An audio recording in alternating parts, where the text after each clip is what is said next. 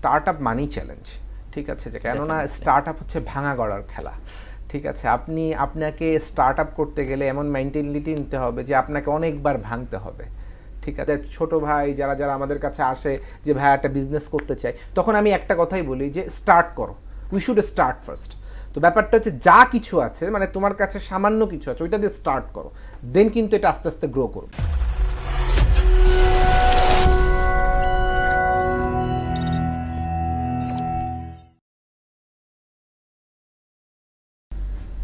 আসসালামু আলাইকুম, স্বাগত জানাচ্ছি টেক্সপে পডকাস্টের একটি নতুন এপিসোডে। আপনাদের সাথে আছি আমি রাফাত আলম খান, এবং আমাদের সার্বিকভাবে সকল রকম সহযোগিতা করার জন্য ধন্যবাদ জানাতে চাই মোহনা টিভি এবং এনভিএলটিএসকে। এনভিএলটিএসের অ্যামেজিং প্রোডাক্টসগুলো চেক আউট করার জন্য ওদের ওয়েবসাইটে ভিজিট করে আসুন, লিঙ্ক ডিসক্রিপশন বক্সে দেওয়া আছে। And don't forget to use promo code Taxpayer to avail 20% discounts.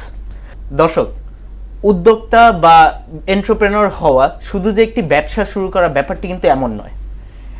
Entrepreneur বা উদ্যোক্তা হওয়ার পিছনে জড়িয়ে আছে অনেক স্বপ্ন, অক্লান্ত পরিশ্রম এবং অনেক সাধনা, যার জন্য সে একটি উদ্দেশ্যে যাতে পৌঁছাতে পারে এই প্রচেষ্টা নিয়েই সে কিন্তু ব্যবসাটি শুরু করে। অ্যান্ড এইখানে তার অনেক পরিস্থিতি আছে যেগুলো সে মোকাবেলা করার জন্য তাকে ঠান্ডা থাকা লাগে, তাকে অনেক রাস্তা বের করে নিতে হয়, অনেক নেভিগেশনস ক্লিয়ার করে তাকে তার মোকামে পৌঁছাতে হয়। অ্যান্ড একটা সফল উদ্যোক্তা কিন্তু এগুলি আপনার পরিচয়। সো আজকে আপনাদের সঙ্গে পরিচয় করিয়ে দিতে চাই এমনই একজন সাহসী উদ্যোক্তাকে, the founder and CEO of scoot Bangladesh, mister Redwan Ahmed ভাই। আসসালামু আলাইকুম। কেমন আছেন? এই তো আছি আলহামদুলিল্লাহ ভাই, আপনি কেমন আছেন? আলহামদুলিল্লাহ ভাইয়া, কেমন যাচ্ছে দিনকাল? জি আলহামদুলিল্লাহ অনেক ভালো যাচ্ছে, সকলের দোয়ায়, এবং সামনের দিন আরো ভালো যাক এই কামনা করি ইনশাআল্লাহ। ভাইয়া ফার্স্টেই জিজ্ঞাসা করতে চাই, আপনার এই যে স্কুট বাংলাদেশের যে আপনাদের প্রজেক্টটা, এইটার আইডিয়াটা আপনাদের কাছে কেমনে এসেছে? আসলে স্কুটের যে আইডিয়াটা মূলত আসলে যখন করোনার যে প্যান্ডেমিক সময়টা যায়, আমরা আসলে কিন্তু সকলে ঘরবন্দি ছিলাম। তো এই সময় আসলে মানুষের যে মেইন প্রবলেমটা হতো সোশ্যাল ডিস্টেন্স মেনটেন করে আর কি যাতায়াতটা করা। তো তখন থেকে আমরা চিন্তা করছি, আমরা আসলে আমাদের 3 বন্ধু, আমরা একসাথেই আর কি বেড়ে ওঠা, একসাথেই আমাদের জার্নি। তো একসাথে বসে সবসময় চিন্তা করতাম, খেলার মাঠ থেকে শুরু করে সব জায়গায়, যে আমরা চিন্তা করলাম নতুন কিছু করতে হবে। তো তখন দেখলাম যে সোশ্যাল ডিস্টেন্স মেনটেন করে কি সার্ভিস দেওয়া যায়, যেটা মানুষের আসলে এই প্যান্ডেমিকের মধ্যেও মানুষের কাজে লাগবে এবং পরিবেশকেও যেন এটাকে আমরা পরিবেশ বান্ধব কিছু একটা করতে পারি, এরকম একটা আইডিয়া আমাদের মধ্যে কাজ করতে থাকে। তো তখনই চিন্তা করি যে হ্যাঁ, এমন কিছু নিয়ে আসা যায় যেটা আসলে সোশ্যাল ডিস্টেন্স মেনটেন করে, সেটা হচ্ছে স্কুটার ইলেকট্রিক বাইক শেয়ারিং। তো আমরা এই বাইকটা নিয়ে আসি আর কি মূলত 2021 সালে।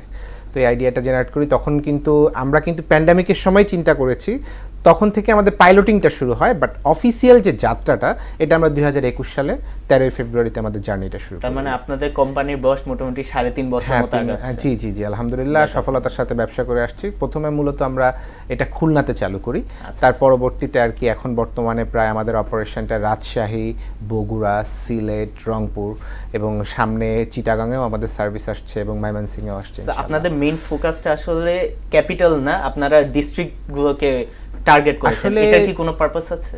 আসলে এইটার যে মেইন রিজনটা হচ্ছে, আসলে আমরা যখন যে কোনো নতুন কিছু আইডিয়া যখন আসে, আসলে আমি যখন আইডিয়াটা জেনারেট করি যে ইলেকট্রিক বাইক শেয়ারিং নিয়ে আসবে, এটা বাংলাদেশের নতুন কনসেপ্ট, যে ইলেকট্রিক বাইক শেয়ারিং সার্ভিস বাংলাদেশে নাই।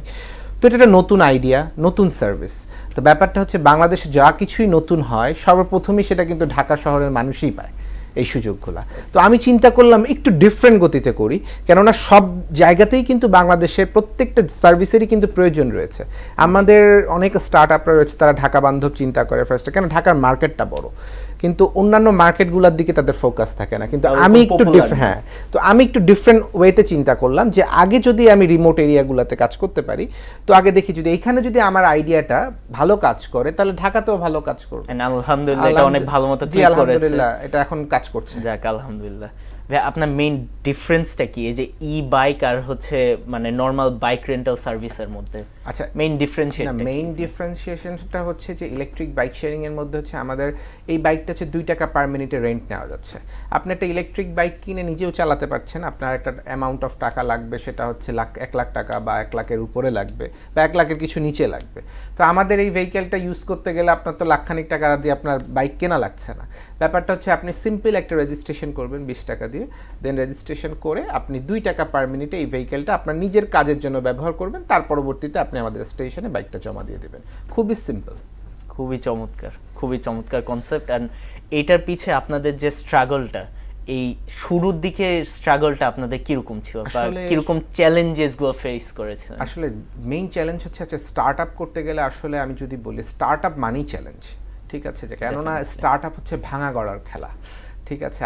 আপনাকে স্টার্ট আপ করতে গেলে এমন মেন্টালিটি নিতে হবে যে আপনাকে অনেকবার ভাঙতে হবে, ঠিক আছে। সো চ্যালেঞ্জ আমাদের মধ্যে হিউজ আসে। তার মধ্যে সর্বপ্রথম যে চ্যালেঞ্জটা ফেস করেছি ইলেকট্রিক ভেহিকেল, যেটা আমরা ইলেকট্রিক বাইক, এই বাইকগুলোকে নিয়ে। তো আমরা এই বাইকগুলো আসলে বাংলাদেশের মার্কেটে অ্যাভেলেবেল পাচ্ছিলাম না। তো এই অবস্থাতে আমাদেরও তখন তো স্টার্টিং মোমেন্ট, তো স্টার্টিং মোমেন্টে কিন্তু আমাদের কাছে যে ক্যাপিটাল, যে মূলধনটা, এটাও কম। তো আমরা চাইলে যে একটা হিউজ অ্যামাউন্ট বাইক আমরা বাইরের দেশ থেকে ইম্পোর্ট করে নিয়ে আসবো, এটাও কিন্তু সহজ না। তার পরবর্তীতে আমরা একটা ইম্পোর্টারকে রিকোয়েস্ট করে ধরে ফার্স্টে বাইক নিয়ে আসি বাংলাদেশে, ইলেকট্রিক বাইক 8টা মাত্র ইলেকট্রিক বাইক দিয়ে কিন্তু স্কুটের যাত্রা শুরু হয়। আচ্ছা, কিন্তু এটার পরবর্তীতে দেখলাম যে একটা কথা আছে না, চায়না বেশি দিন যায় না। তো এই যে কনসেপ্টটা, এই হচ্ছে আমাদের যে চাইনিজ বাইকগুলা আসলে বাংলাদেশের মার্কেটে সাস্টেইন করতেছে না, লংজিবিলিটিটা আমরা পাচ্ছি না এবং বাইকগুলা ড্যামেজ হয়ে যাচ্ছে বেশি। তো তখন থেকেই চিন্তা করি যে এই চ্যালেঞ্জটা ফেস করি যে এই বাইকগুলা দিয়ে তো আমরা বাংলাদেশের মার্কেটে সার্ভিস দিতে পারবো না, কেন আমাদের দরকার আরও ডিউরেবল বাইক, লংজিবিলিটি বেশি এরকম বাইক দরকার, লং টাইম সাস্টেইন করতে পারে এরকম। যেন বাংলাদেশের রোড যে কনস্ট্রাকশনগুলো, যে আমাদের বাইরের বিশ্বের জন্য কিন্তু এই চাইনিজ বাইকগুলো ওকে, কিন্তু আমাদের রোডগুলা কিন্তু রাস্তায় ভাঙা আছে, সামনে স্পিড ব্রেকার যত স্পিড ব্রেকার থাকে, তো এগুলো একটা চ্যালেঞ্জ যে বাইকগুলো নষ্ট হয়ে যায়। তো তখন চিন্তা করলাম যে এরকম কি করা যায়। তখনই আমাদের এই চ্যালেঞ্জটা ফেস করার জন্য মেইন যে চ্যালেঞ্জটা চলে আসে যে এই বাইকগুলো আনলে কিন্তু আমরা বিজনেস করতে পারবো না চায়না থেকে। তো আমরা পরবর্তীতে চায়নাতে, আর এর মধ্যে প্যান্ডামিকের পরে কিন্তু ডলারের রেটও অনেক হাই, তারপর হচ্ছে শিপমেন্টে প্রবলেম থাকে, তখন আমরা চিন্তা করলাম বাংলাদেশে এই বাইক বানাবো। তো ব্যাপারটা হচ্ছে আমাদের যখন মেইন যে আইডিয়াটা আসে যে বাংলাদেশে একটা বাইক তৈরি করা কিন্তু আসলে ইজি ব্যাপার না, কেন অনেক মেজারমেন্টের বিষয় আছে, ইঞ্জিনিয়ারিং রিসোর্সের ব্যাপার আছে, তো ব্যাপারটা রিসোর্সও আমাদের কম। তো তখন আমি চিন্তা করলাম যে চাইনিজরা পারলে আমরা কেন না। তো আমি আমার টিমকে এইভাবে বিল্ড করলাম যে ওরা যদি পারে আমরাও পারবো। আর আমার স্টার্ট আপ এবং স্টার্ট আপের আগেও আমি একটা বিজনেস করতাম। তো আমার কথা হচ্ছে যে আমি সবসময় আমাদের ছোট ভাই যারা আমাদের কাছে আসে যে ভাই একটা বিজনেস করতে চাই, তখন আমি একটা কথাই বলি যে স্টার্ট করো, উই শুড স্টার্ট ফার্স্ট। তো ব্যাপারটা হচ্ছে যা কিছু আছে, মানে তোমার কাছে সামান্য কিছু আছে, ওইটা দিয়ে স্টার্ট করো, দেন কিন্তু এটা আস্তে আস্তে গ্রো করবে। তো ব্যাপারটা হচ্ছে আমিও তখন এই চ্যালেঞ্জটা নিলাম যে আমি ইলেকট্রিক বাইকটা বাংলাদেশেই তৈরি করব। তো আমি আমার টিমকে বিল্ড করলাম, আমি নিজে পড়াশোনা করা শুরু করলাম এবং আলহামদুলিল্লাহ প্রায় 8 মাসের প্রচেষ্টায় আমরা কিন্তু বাংলাদেশে প্রথম ইলেকট্রিক বাইক বাংলাদেশে উৎপাদন করতে সক্ষম হই। এবং আলহামদুলিল্লাহ পরবর্তীতে আমরা এই ভেহিকেলগুলো আস্তে আস্তে প্রোডাকশন করা শুরু করি এবং এই ভেহিকেলগুলাই আমরা পরবর্তীতে আমাদের রেন্টিং সার্ভিসে নিয়ে আসি।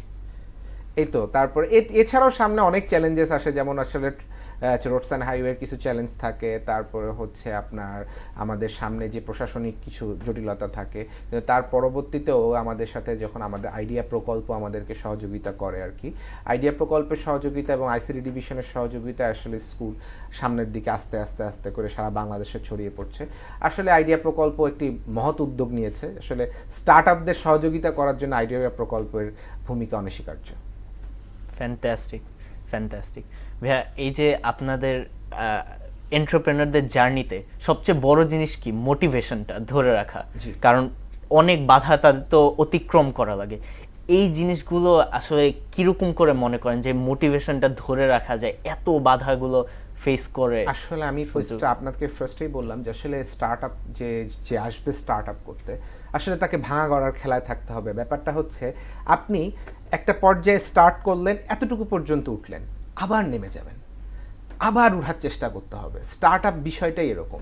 তো মোটিভের জায়গাটা হচ্ছে নেভার গিভ আপ। আপনাকে গিভ আপ করাই যাবে না, কেননা আজকে যদি আমি কোনো মোটিভেশনাল স্পিচ না দিই, শুধু স্কুটের একটা ছোট কথা বলি। যখন স্কুটে স্টার্ট করি 8টা বাইক দিয়ে, তখন আমার বাইকগুলো ড্যামেজ হয়ে হয়ে মাত্র 2টা বাইক সার্ভিসে অপারেশনে থাকে। আমি যদি তখন আমার সার্ভিসটা বন্ধ করে দিতাম, দেখলাম যে এখান দিয়ে বিজনেস করা সম্ভব না, আজকে কিন্তু স্কুট সারা বাংলাদেশে ছড়াতো না। তো ব্যাপারটা হচ্ছে আপনাকে স্টার্ট আপ করতে গেলে স্টার্ট আপের পিছনে লেগে থাকতে হবে, ওইখানে পরিশ্রম করতে হবে, এবং চ্যালেঞ্জ তো আসতেই থাকবে। সৃষ্টিকর্তা একটার পর একটা আপনাকে চ্যালেঞ্জ দিবে, আবার সামনে আগাবেন, আবার চ্যালেঞ্জ আসবে। সো মেইন মোটিভের জায়গাটা হচ্ছে কোনোভাবেই হাল ছাড়া যাবে না ভাই। হাল ছাড়লে, কেননা আপনি মনে করেন স্টার্ট আপের একটা আইডিয়া নিয়ে, আমাদের অনেকে করে যে একটা আইডিয়া নিয়ে কাজ করছে, হচ্ছে না, আরেকটা করি। ব্যাপারটা হচ্ছে আপনি একটা আইডিয়াতে আপনি যদি প্রতিদিন যদি 2 ঘন্টা সময় দেন, বা আপনার ব্যবসাতে প্রতিদিন 2 ঘন্টা, এরকম করে 2 মাস করে দেখেন, আপনার ওই আইডিয়াটা সাকসেসফুলি রান করবেই, এক্সিকিউট করবেই। তো ব্যাপারটা হচ্ছে আপনাকে ওই ফোকাসটা ধরে রাখতে হবে যে যাই হোক না কেন আমাকে আবার হাল ছাড়বো না। ব্যাপারটা হচ্ছে আমি যখনই ভেঙে পড়ি, আমি রিসেন্টলি কিছু চ্যালেঞ্জ ফেস করেছি আমার লাইফে, তো আমি আবার ভেঙে যাচ্ছি যে আমি আবার নতুন করে কিভাবে শুরু করব, নতুন করে। তো ব্যাপারটা হচ্ছে যখনই ভেঙে যাই তখন একটা নতুন শক্তি আসে, যা নিজেকে একভাবে পরিবর্তন করে আবার শুরু করতে হবে। তো ব্যাপারটা হচ্ছে ভেঙে পড়লে হবে না। স্টার্ট আপ মানেই আপনাকে লস ফেস করতে হবে, বার্ন আসবে আপনার কোম্পানিতে, বাট ওই জায়গাতেই আপনাকে ফোকাস দিতে হবে। ব্যাপারটা হচ্ছে কোনো জায়গা থেকে, কোনো হোল থেকে যদি কোনো পানি বের হয়ে যায়, ওইখান থেকেই কিন্তু আবার যেন নতুন রাস্তা আসবে, এবং ওইখান থেকেই টাকা আসবে। ব্যাপারটা যে রাস্তা থেকে লস হয়েছে, ঠিক ওই রাস্তাতে আবার ফোকাস করতে হবে, যেন ওই রাস্তা থেকে আমার আবার নতুন করে আর্ন হয়। এটাই হচ্ছে এন্টারপ্রেনারদের আসলে মেন্টালি অনেক বেশি স্ট্রং থাকতে হবে, যত যাই হোক। এখানে কোনো মাফ নাই এখানে কোনো। আচ্ছা ভাই, আপনাদের এই যে প্রোডাক্টের সিক্রেটিসগুলো আপনারা কেমনে এনশিওর করেন? কারণ আপনারা এখানে হচ্ছে 2 টাকার বিনিময়ে আপনাদের বাইকটা মানুষকে দিচ্ছেন, তো এখানে সিকিউরিটির দিকগুলো আপনারা কীরকম দিচ্ছেন, আর আপনারা এটার পাশাপাশি কাস্টমারদের কীরকম সিকিউরিটিস অফার করছেন? আচ্ছা, ফার্স্টের দিকে যে কোয়েশ্চেনটা করলেন আর কি, সিকিউরিটির বিষয়টা, আসলে আমাদের বিজনেসটাই আসলে মূল্যে সিকিউরিটির উপর বেশি ফোকাস করতে হয়। আমাদের প্রত্যেকটা বাইকই হচ্ছে আইওটি বাইক। ওকে। তো ব্যাপারটা হচ্ছে আমাদের প্রত্যেকটা বাইককে আমরা রিয়েল টাইম ট্র্যাক করা থেকে শুরু করে রিয়েল টাইম ডেটাগুলো আমরা নিতে পারি, ঠিক আছে? তো ব্যাপারটা হচ্ছে একটা বাইক যখন, কেননা আমরা একটা বাইক 2 টাকার বিনিময়ে, একটা 70,000 টাকা প্লাস একটা বাইক আমরা যখন একটা কাস্টমারকে দিচ্ছি প্রতি মিনিট 2 টাকার বিনিময়, এই বাইকটা চুরি হওয়ার সম্ভব। এটা কিন্তু আমাদের চ্যালেঞ্জেস কিন্তু ফার্স্টেই আসছে। সকলেই বলে বাংলাদেশে তো এটা সম্ভব না, বাংলাদেশের মানুষের মাইন্ডসেটে তো এটা সম্ভব না।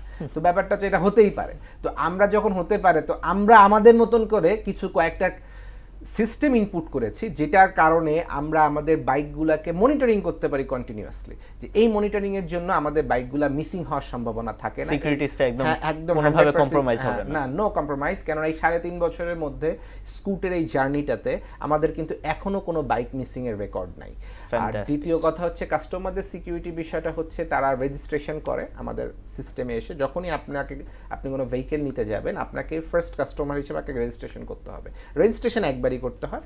সো আপনাকে আপনার ডিটেইলস দিয়ে, ফেস ছবি দিয়ে এবং এনআইডি কার্ডের নাম্বার দিয়ে আপনাকে রেজিস্ট্রেশন করতে হয়। দেন আপনি এই ভেহিকেলটা রেজিস্ট্রেশন করাও সহজ। আমি আপনাদের থেকে যে সার্ভিসটা নিচ্ছি এটাও আমি অনেক ইজিলি নিতে পারবেন। জি, ফ্যান্টাস্টিক ব্যাপার। ভাইয়া, আপনাদের এই যে প্ল্যানিংটা, যে আপনারা একটা নতুন ইনোভেশনের দিকে আগাচ্ছেন, এটাতে কি এনভায়রনমেন্টাল কোনো বেনিফিট আছে? অবশ্যই, কেননা আমি ফার্স্টে আপনাকে বলেছি যে আসলে যখন আমার আইডিয়াটা আমি জেনারেট করি, আমি প্রথম থেকে আসলে পরিবেশের বিষয়ে আর কি সচেতন। আমার পরিবেশটাকে এখন বর্তমানে দেখেন যে তাপমাত্রা বাইরের, আসলে এই যে আমাদের জলবায়ুর যে পরিবর্তন হচ্ছে কন্টিনিউয়াসলি, এই যে যানবাহনের ধোঁয়া, এসির থেকে নির্গত যে এটার গ্যাস নির্গত হচ্ছে এসির থেকে, এ থেকে আরও যা যা আছে আমাদের, এই যে আমাদের পরিবেশ কিন্তু ক্ষতির কারণ। কিন্তু আমরা যে ইলেকট্রিক ভেহিকেলগুলো নিয়ে এসেছি মার্কেটে, এটার কিন্তু কোনো পরিবেশ দূষণ হবে না, এখান থেকে কোনো ধোঁয়া নির্গত হচ্ছে না। তো ব্যাপারটা হচ্ছে কিছুটা আমার কাছে আমার স্যাটিসফ্যাকশনের জায়গাটা, যে আমি যে কাজটা করছি আসলে পরিবেশের কোনো ক্ষতি করছি না, চেষ্টা করছি পরিবেশকে বাঁচিয়ে রেখে আমার স্টার্ট আপটাকে সামনের দিকে এগিয়ে নিতে। সো আমার পরবর্তীতে এরকম চিন্তা আছে, এমন কিছুই করব যেখানে পরিবেশটা যেন, যাই করি না কেন, পরিবেশের কথা মাথায় রেখে। এবং আমি সামনেও আরও উদ্যোক্তা যারা আছে তাদেরকে বলবো এমন কিছু নিয়ে আসেন বা এমন কিছু করেন যেখানে পরিবেশের ক্ষতি না হয়, যাই হোক না কেন। আমাদের আসলে এনভায়রনমেন্টে এখন যেরকম অবস্থা, আমরা যদি এখনই আসলে অ্যালার্ট না হই, আমাদের জন্য আসলে দুঃখ আছে। কার্বন ইমিশন যেরকম ভাবে বৃদ্ধি পাচ্ছে, জি। সো এইটা আমাদেরকে যতদিন পর্যন্ত আমরা রিডিউস করতে পারবো না ততদিন পর্যন্ত আসলে আমরা ঘরের মধ্যে হয়তো বা শান্তিতে থাকবো এসির মধ্যে, কিন্তু বাইরের যে ব্যাপারটা এটা কিন্তু আমরা শান্তি পাবো না কখনোই। এটাই আমাদের আসলে এটা নিয়ে অনেক বেশি কনসার্ন হতে হবে যে আমরা যাই করি বা যত নতুন ইনোভেশনই হোক, পরিবেশের যাতে ক্ষতি না হয় এই জিনিসটা আমাদের সবার আগে প্রায়োরিটি দিতে হবে। ভাইয়া, নেক্সট প্রশ্নে আসি, আপনাদের রেসপন্স কিরকম পাচ্ছেন কাস্টমার থেকে আপনাদের প্রোডাক্টের? আসলে আলহামদুলিল্লাহ প্রথম অবস্থা থেকে অনেক রেসপন্স ছিল। আসলে যখন প্রথম ইলেকট্রিক ভেহিকেলটা চালু করে, ইলেকট্রিক বাইক শেয়ারিং সার্ভিসটা, আসলে এটা নতুন কনসেপ্ট। আপনি চ্যালেঞ্জের কথাই বলেছেন প্রথমে, তো আমি বললাম যে প্রথমে চ্যালেঞ্জটা ফেস করতাম, পাবলিক এটা বুঝতোই না আসলে এরকম করে কি বাইক পাওয়া যায়, এরকম করে কি আদৌ সম্ভব। তখন আমরা যখন এটা বোঝানো শুরু করলাম কাস্টমারদেরকে, তখন থেকে একটা অভাবনীয় সাড়া আসা শুরু করলো।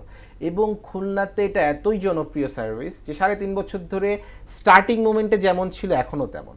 ব্যাপারটা হচ্ছে খুলনায় এখনও মানুষ কেউ যদি আসে, খুলনায় ঘুরতে যেতে চায়, বা নট অনলি খুলনা, এখন যেই শহরেই স্কুট যায়, তো কেউ যদি ওই শহরে যায় বলে আমি একটু ঘুরতে যেতে চাই বা আমি কোথাও এখানে কি আছে, তো মানুষ বলবে স্কুট আছে, আপনি স্কুট নিয়ে ঘুরেন, বাইক নিয়ে। তো ব্যাপারটা হচ্ছে আমরা আলহামদুলিল্লাহ অভাবনীয় সাড়া পেয়েছি খুলনাতে। খুলনার পরে আমরা আমাদের প্রথম ফ্র্যাঞ্চাইজি লঞ্চ করি। আমরা আমাদের পরবর্তী যে সমস্ত শহরে সারা বাংলাদেশে স্কুটটা ছড়িয়ে পড়বে, এটা আমার আশা, ইনশাল্লাহ সামনে ছড়িয়ে পড়বে, এখন পড়ছেও বর্তমানে। যেমন আমরা প্রথমেই কিন্তু আমরা ফ্র্যাঞ্চাইজিটা চালু করি কিন্তু রাজশাহীতে যখন চালু করি, রাজশাহীতে অভাবনীয় সাড়া পাই আমরা। বিভিন্ন টেলিভিশনও একটা নিউজ করে যে রাজশাহীতে নতুন ক্রেজ, নতুন একটা বাহন আসছে যে ইভি, এবং রাজশাহী শহরটা অনেক নিট অ্যান্ড ক্লিন। হ্যাঁ, সো রাজশাহীতে ইভির ব্যবহারও বেশি, তো রাজশাহীতে আমরা অভাবনীয় সাড়া পাই। রাজশাহী সাড়া পাওয়ার পরবর্তীতে আমরা ফ্র্যাঞ্চাইজ দিই হচ্ছে আমরা সিলেটেও আলহামদুলিল্লাহ ভালো সাড়া পাওয়ার ফলে আমরা এখন বগুড়াতে আমাদের সার্ভিস লঞ্চ করেছি, এবং এই মাসে রংপুরে, এবং সামনের মাসে চট্টগ্রাম, বন্দরনগরী চট্টগ্রামে আমাদের সার্ভিস লঞ্চ হবে, এবং ময়মনসিংহে। তো এটা হচ্ছে আলহামদুলিল্লাহ সারা বাংলাদেশে আস্তে আস্তে স্কুট ছড়িয়ে পড়ছে এবং পরিবেশ বান্ধব একটা সার্ভিস নিয়ে ছড়িয়ে পড়ছে। আপনারা যেরকম এক্সপেকটেশনস নিয়ে যাত্রাটা শুরু করেছিলেন, আশা করি এখন মনে হয় ওই এক্সপেকটেশনস ক্রস করে চলে গেছে। এখনো হ্যাঁ, ক্রস করার কথাটা পুরোপুরি বলবো না, কিন্তু এখন আলহামদুলিল্লাহ যতটুকু সাড়া পেয়েছি, মানুষের সাড়া পেয়েছি, সরকারের যে সহযোগিতা পেয়েছি, আলহামদুলিল্লাহ আসলেই আমাদের এক্সপেকটেশন যতটা না ছিল তার থেকে বেশিই পেয়েছি। আর তার থেকে আরেকটা কথা বলার যে কথা, যে আমাদের মাননীয় প্রধানমন্ত্রীর যে 2041 সালের স্মার্ট বাংলাদেশ গড়ার লক্ষ্য নিয়ে আগাচ্ছে, তো স্মার্ট বাংলাদেশের স্মার্ট ট্রান্সপোর্টেশন সিস্টেম কিন্তু scooter, electric vehicle, electric bike sharing service. তো আমাদের মাননীয় প্রধানমন্ত্রী যে সমস্ত যুগোপযোগী পদক্ষেপ নিয়েছে, এবং আমাদের মাননীয় প্রতিমন্ত্রী মহোদয় জুনায়েদ আহমেদ পলক স্যার, সো স্যারের কিছু ভূমিকা আমাদের স্কুটের প্রতি এমনভাবে কাজ করেছে, তার ইন্সপিরেশন। হ্যাঁ, তো এখন এই ইন্সপিরেশনগুলো আমরা প্রথম অবস্থায় যদি সরকারের থেকেই না পেতাম, তাহলে কিন্তু আজকে স্কুটি পর্যায়ে আসতে পারতো না কখনোই। তো ব্যাপারটা হচ্ছে প্রত্যেকটা আইডিয়াকেই কিন্তু গভর্নমেন্ট এখন সাপোর্ট করছে, মেইন কথাটা। তো আমরা আমাদের যে নেক্সট উদ্যোক্তা যারা আছে, যে কেউ যেন ভেঙে না পড়ে, আপনাদের আইডিয়াটা নিয়ে আপনারা গভর্নমেন্টের কাছে সহযোগিতা চান, গভর্নমেন্ট আপনাদেরকে দেওয়ার জন্য আইডিয়া প্রকল্প রয়েছে। এটা এন্টারপ্রেনারদের জন্য হচ্ছে অনেক বড় একটা মোটিভেশন, অনেক বড় মোটিভেশন। কারণ আমাদের বর্তমান সরকার আসলে আমাদের উদ্যোক্তাদের জন্য অনেক কিছু করছে। আসলে উদ্যোক্তা বান্ধব যদি আমি বলি, একটা উদ্যোক্তা বান্ধব সরকার এখন বর্তমান সরকার। গ্রেট। ভাইয়া, রিসেন্টলি তো মনে হয় ওয়ালটনের সঙ্গে আপনারা সাইন করেছেন, তো আপনাদের এখন প্ল্যান কি? নেক্সট কিরকম করে আপনারা এক্সিকিউট করবেন আপনাদের প্ল্যান? কোন কোম্পানিকে আপনারা অনবোর্ড করবেন, এরকম প্ল্যান করছেন? আচ্ছা, প্রথমেই হচ্ছে ওয়ালটনের সাথে আমাদের যে কন্ট্রাক্ট সাইনটা হয়েছে, আমাদের চুক্তি হয়েছে, আমরা জয়েন্টলি কোলাবোরেশন করেছি, যে কোলাবোরেশনের মাধ্যমে হচ্ছে আমরা নেক্সটে ডিফারেন্ট ভেহিকেল যেন বাংলাদেশে উৎপাদন করতে পারি। ব্যাপারটা হচ্ছে বর্তমানে স্কুট অ্যান্ড ওয়ালটন যৌথ প্রযোজনা ইলেকট্রিক ভেহিকেলগুলো প্রোডাকশন করছে। তো এই ভেহিকেলগুলোর জন্য সামনে আমরা কিছু নতুন বাইকও নিয়ে আসছি। ঠিক আছে, সো এই বাইকগুলো আমাদের টেকনোলজি, হ্যাঁ সবই ইভি। আমরা এমন কিছু বাইক আনার পরিকল্পনা করছি যে বাইকের প্রাইসিংও অনেক বেশি হবে, close two 5 to 6 lakh. So electric vehicle এত দামি হতে পারে বা এত দামের হতে পারে, এটা কিন্তু আসলে কল্পনা হতে মানুষ চিন্তাও করতে পারে না। তো আমরা এখন এইগুলা বাইক নিয়ে বর্তমানে কাজ করছি, এবং পরবর্তীতে আমাদের পরিকল্পনা রয়েছে আমাদের বাইরের কিছু মার্কেট কোম্পানির সাথে আমাদের কোলাবোরেশন করা, তার মধ্যে ওলা রয়েছে টার্গেটে। সো আমরা চাই, তো আমরা তো স্বপ্ন থাকে টেসলার সাথেও আমরা যেন চুক্তিবদ্ধ হয়ে কাজ করতে পারি বাংলাদেশ ইভি নিয়ে, কেননা নেক্সট জেনারেশন পুরোপুরি ইভি। 2026 সালের মধ্যে বাংলাদেশ কিন্তু ইভি ক্যাপচার করে ফেলবে, ইলেকট্রিক ভেহিকেল মার্কেটটাই পুরো ক্যাপচার করে ফেলবে। কেননা পরিবেশকে বাঁচাতে গেলে ইভির বিকল্প নেই। আমাদের রিসেন্টলি আমাদের সংসদেও কিন্তু মাননীয় প্রতিমন্ত্রী, বিদ্যুৎ ও জ্বালানি প্রতিমন্ত্রী কিন্তু ইভিকে প্রমোট করেছে, চার্জিং স্টেশন বাড়ানোর কথা প্রমোট করেছে নজরুল ইসলাম হামিদ স্যার। তো তার সংসদের যে একটা কথা, এই যে আমাদের কিন্তু আরেকটা, আমাদের যারা আমরা ইভি নিয়ে কাজ করছি তাদের কিন্তু নতুন করে মোটিভ দিয়েছে। সো এই যে আমরা যেন সামনের দিকে আরও ইভি যেন ছড়িয়ে পড়ে, তো আমাদের সরকার যদি আমাদেরকে সহযোগিতা করে এই মার্কেটে, আমরা বহির্বিশ্বের আরও বেশ কিছু কোম্পানির সাথে, বড় বড় জায়ান্ট কোম্পানিদের সাথে আমরা কোলাবোরেশন করে বাংলাদেশের মার্কেটে ইলেকট্রিক ভেহিকেলকে সুন্দরভাবে ছড়িয়ে দেওয়া সম্ভব এবং সাস্টেনেবল মার্কেটে এই ইভি খুব সুন্দরভাবে অপারেশন করবে ইনশাআল্লাহ। ইনশাআল্লাহ ভাইয়া, আপনার কি এটা ছাড়া আর কোনো স্টার্টআপ আছে? না, আমার বর্তমানে এটা ছাড়া কোনো স্টার্টআপ নেই, বাট বেশ কিছু আমি ভেঞ্চারে আর কিছু ইনভেস্ট করেছি, বেশ কিছু ভেঞ্চারে, তো এগুলা নিয়ে কাজ করছি। ভাইয়ার ফিউচার প্ল্যান কি? আপনি স্কুটকে নিয়ে আসলে কি স্বপ্ন দেখছেন, যে আপনি এটাকে কোথায় নিয়ে যেতে চাচ্ছেন? আচ্ছা, স্কুট নিয়ে আমার আসলে বর্তমান পরিকল্পনা এবং ভবিষ্যৎ পরিকল্পনা যদি আমি বলি, স্কুট যেন সারা বাংলাদেশের মার্কেটে সফলতার সাথে ব্যবসা করে এবং মানুষ যেন স্বল্প ভাড়ায় তার নির্দিষ্ট গন্তব্যে পৌঁছাতে পারে, এটা কিন্তু আমার মোটিভ। মেইনলি স্কুট যখন চালু করি তখন থেকে একটা জিনিস এটা কাজ করতো এবং ভবিষ্যতে আমি চাই সারা বাংলাদেশের মানুষের হাতে প্রত্যেকটা মানুষ যেন স্কুটের সেবাটা পায়। তো ব্যাপারটা হচ্ছে স্কুটের যে একটা সুইট সেবা, একটা কিউট সেবা, বাইকটা অনেক কিউট দেখতে, তো ব্যাপারটা হচ্ছে একটা সুইট কিউট বাইক এবং সাথে সাথে স্বল্প ভাড়ায় আমি এটা ইউজ করতে পারছি। মানুষের যাতায়াত ব্যবস্থাটা যদি সহজ হয়ে যায়, মানুষের কিন্তু দিন শেষে মানুষের যাতায়াতেই কিন্তু অনেক স্ট্রাগল, সবাই ওই জায়গাটাতেই কমফোর্টটা খুঁজতে যায়। যে আমি এটাই চাই যে 64টি জেলা, বাংলাদেশের যতগুলা জেলা উপজেলা রয়েছে, আমাদের এই ভেহিকেলের সার্ভিসটা যেন বাংলাদেশের সকল মানুষ পায় এবং পরবর্তীতে আমার নেক্সট যে প্ল্যান রয়েছে আরও সামনে, তো আমি এমন কিছু ভেহিকেল বাংলাদেশের মার্কেটে ইন্ট্রোডিউস করতে চাই যেই ভেহিকেলগুলো আসলে আমাদের তেলের বাইকের সাথে কম্পিট করবে।